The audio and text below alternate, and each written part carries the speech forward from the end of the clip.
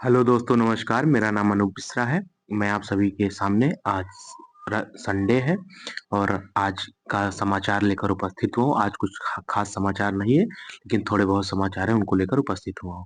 यानी कल 8/2/2025 को शिक्षा विभाग के अपर मुख्य सचिव द्वारा एक बीसी का आहूत किया गया, मतलब वीडियो कॉन्फ्रेंस का। उसमें क्या क्या बातें हुई, आइए उस पर चर्चा करते हैं। बैठक की शुरुआत विद्यालय निरीक्षण से संबंधित डेटा प्रस्तुत करने के साथ हुई।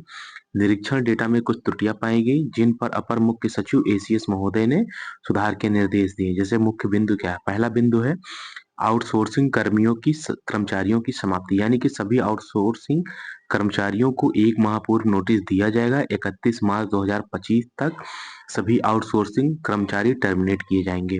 जापानी व्यवस्था आउटसोर्सिंग आधारित प्रणाली पूरी तरह से समाप्त कर दी जाएगी। अगला है सिविल कार्यों में संबंध, यानी कि 1 अप्रैल 2025 से कोई भी डीईओ सिविल कार्य नहीं कराएंगे। 50,000 तक के छोटे कार्य डीबीटी यानी कि डायरेक्ट बेनिफिट ट्रांसफर के माध्यम से विद्यालय स्तर पर पूरे होंगे। सिविल कार्यों की जिम्मेदारी अब डीईओ के अधीन नहीं होगी। डीईओ और डीपीओ की भूमिका केवल शैक्षिक गुणवत्ता पर केंद्रित होगी। नंबर 3, छात्रों की बायोमेट्रिक हाजिरी, यानी कि 1 अप्रैल 2025 से सभी छात्रों की उपस्थिति बायोमेट्रिक प्रणाली से दर्ज होगी। उपस्थिति दर्ज करने के लिए निश्चित समय सीमा तय की जाएगी। चेतना सत्र यानी प्रार्थना सभा का फोटो आगे और पीछे दोनों ओर से लेना अनिवार्य होगा। चौथा, कृत्रिम बुद्धिमत्ता एआई द्वारा निगरानी, यानी विद्यालय प्रणाली को एआई की मदद से और अधिक प्रभावी बनाया जाएगा। डेटा की निगरानी और विश्लेषण के लिए आधुनिक तकनीकों का उपयोग किया जाएगा। पांचवा वर्ग है सिविल वर्क के लिए नया ढांचा बनेगा। अब सिविल कार्यों के लिए एक निगम यानी कॉरपोरेशन की स्थापना की जाएगी। यह निगम सभी प्रकार के सिविल कार्यों और हाउसकीपिंग कार्यों को निष्पादन करेगी।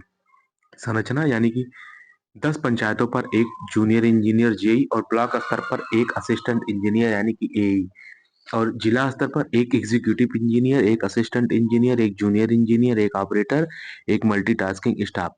यहाँ बैठक विद्यालय प्रशासन में पारदर्शिता, तकनीकी उन्नति और शैक्षिक गुणवत्ता में सुधार लाने के लिए आयोजित किया जाएगा। आइए दोस्तों समाचार विस्तार से। पहला समाचार है एनटीए परीक्षा 4 मई को होगी।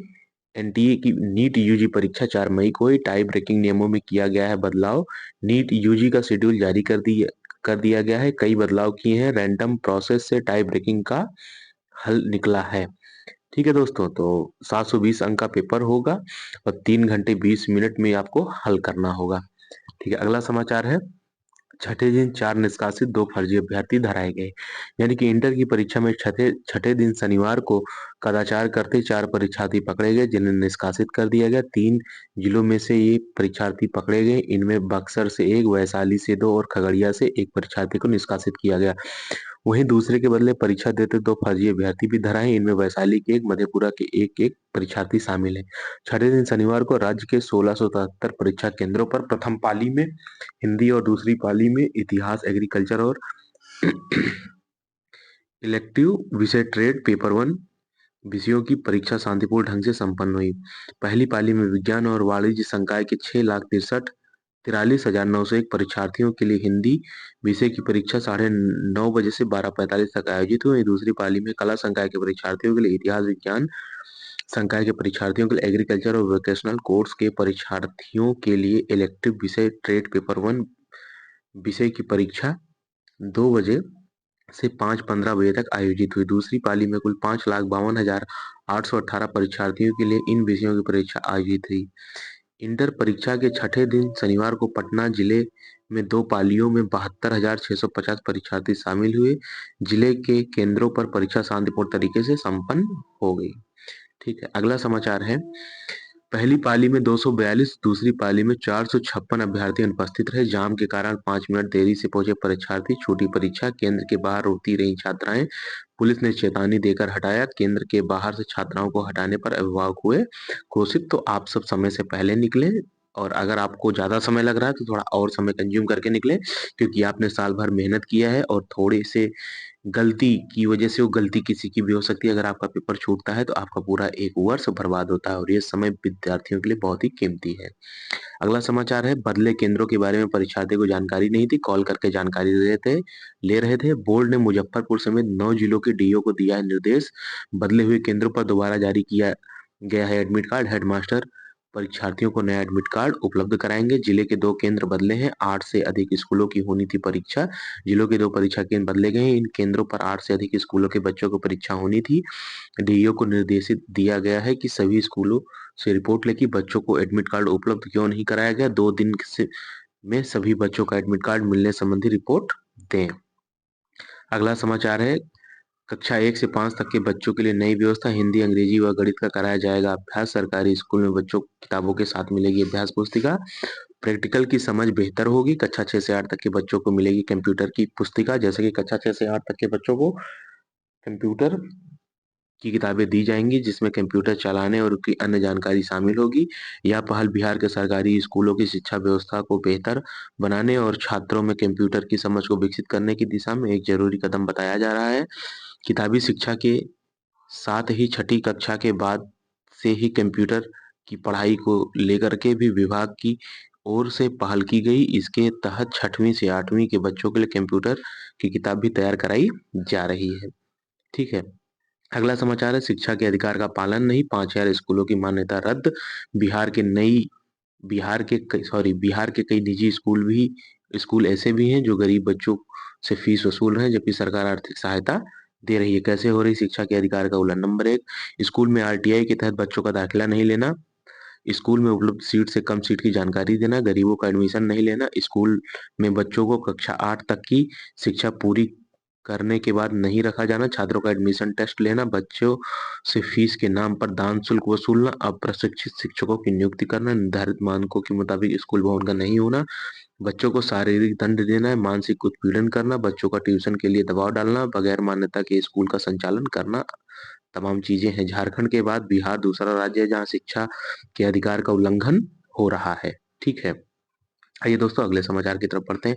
अगला समाचार है, कक्षा 3 के बच्चों के लिए टैबलेट से ऑनलाइन उपस्थिति बनाने का निर्णय लिया गया है। पटना के 5 स्कूलों के प्रधानाध्यापकों को बांटा गया टैबलेट। उपस्थिति दर्ज कराने के लिए इनको ट्रेनिंग भी दे दी गई है। आप लोग देख सकते हैं विभाग की ओर से पायलट प्रोजेक्ट के तहत स्कूलों में कक्षा 3 तक के बच्चों की टैबलेट के माध्यम से ऑनलाइन उपस्थिति बनाने का निर्णय लिया गया है। इसके लिए फिलहाल जिला शिक्षा कार्यालय की ओर से 5 स्कूलों में कक्षा 3 के बच्चों की ऑनलाइन उपस्थिति बनाई जाएगी। जिले में ऑनलाइन उपस्थिति दर्ज कराने के लिए 5 स्कूलों का चयन किया गया है। शनिवार को जिला शिक्षा कार्यालय की ओर से चयनित किए गए 5 स्कूल के प्रधानाध्यापकों को टैबलेट बांटने के साथ ही उन्हें ऑनलाइन उपस्थिति दर्ज कराने की भी ट्रेनिंग दी गई है।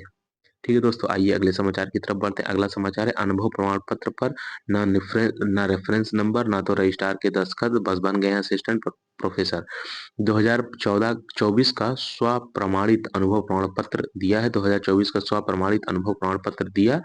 टीएमबीयू के एक एफिलिएटेड कॉलेज में 2018 तक गेस्ट फैकल्टी रही एक अभ्यर्थी ने 2018 के बाद अंगीभूत कॉलेज में सेवा दी है। उनके कार्यों का अनुभव प्रमाण पत्र 21 अक्टूबर 2020 को जारी हुआ था, लेकिन अभ्यर्थी ने इसकी जो कॉपी आयोग को उपलब्ध कराई उसे अभ्यर्थी ने 7 अगस्त 2024 को स्व अभिप्रमाणित किया था, जबकि आयोग ने नियुक्ति का विज्ञापन 2020 में जारी किया था। बता दें कि विज्ञापन की तिथि जारी होने के बाद उपलब्ध कराई गई पीएचडी उपाधि के कारण आयोग ने समाजशास्त्र में चुने जाने के बाद एक अभ्यर्थी का चयन रद्द कर दिया। पटना की ही एक अभ्यर्थी के अनुभव प्रमाण पत्र पर संबंधित विभाग की हेड का दस्तखत 2024 का है।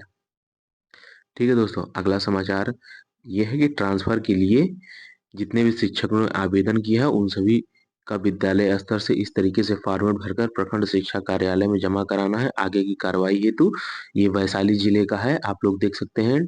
Teacher department action status, block name क्या है, यूडाइस कोड क्या है, स्कूल का नेम क्या है, टीचर का मोबाइल नंबर क्या है, टीचर का टाइटल क्या है, नियोजित है, पीपीएससी है, रेगुलर है, एक्सक्लूसिव यानी कि विशिष्ट शिक्षक है, टीचर आईडी क्या है, टीचर नेम क्या है, डिपार्टमेंटल में कोई कार्रवाई चल रही है तो एचएम की टिप्पणी करेंगे, यहाँ बीओ टिप्पणी करेंगे, या कोई लेटर या नंबर आया तो वो इस तरीके से एक फॉर्मेट आया है, इसको भर के उपलब्ध कराना। इसकी सत्यता की पुष्टि मैं नहीं कर सकता, ये सही है या गलत है या किस किस को करना है, या सिर्फ जिस जिले के लिए निकला है उन्हीं को करना है। कल तक इसकी मैं पूरी जानकारी लेकर के आप लोगों के समक्ष उपस्थित होऊंगा तो इसके बारे में विस्तार से चर्चा करूंगा। ठीक है दोस्तों, आज के मुख्य समाचार यहीं पे समाप्त होते हैं। मेरे दिए गए समाचार से अगर थोड़ा सा भी आप लाभान्वित होते हैं तो अपने इस भाई जो आपको लर्न विथ अलका चैनल के माध्यम से जानकारियां उपलब्ध करा रहा है उसको मोटिवेट करने के लिए चैनल को आप सब्सक्राइब करें। अगर आप वीडियो देखते हैं तो कृपया करके आप वीडियो को लाइक ज़रूर करें, जिससे ज़्यादा से ज़्यादा लोगों तक मेरी आवाज़ पहुँचे। आज तक मैंने आपको सिर्फ़ सब्सक्राइब के लिए ही कहा था, आज से मैं आप लोगों को सब्सक्राइब के साथ-साथ लाइक के लिए भी कह रहा हूँ। जो लोग सब्सक्राइब कर चुके हैं, वो कृपया वीडियो को देखने के बाद लाइक ज़रूर कर दिया करें दोस्तों, ठीक है? आप अपने से छोटों को प्यार करें, अपना व्यक्तित्व इस प्रकार विकसित करें कि महिलाएँ समाज में सम्मानित और सुरक्षित महसूस करें। जय हिंद, जय भारत, जय बिहार, जय श्री राम।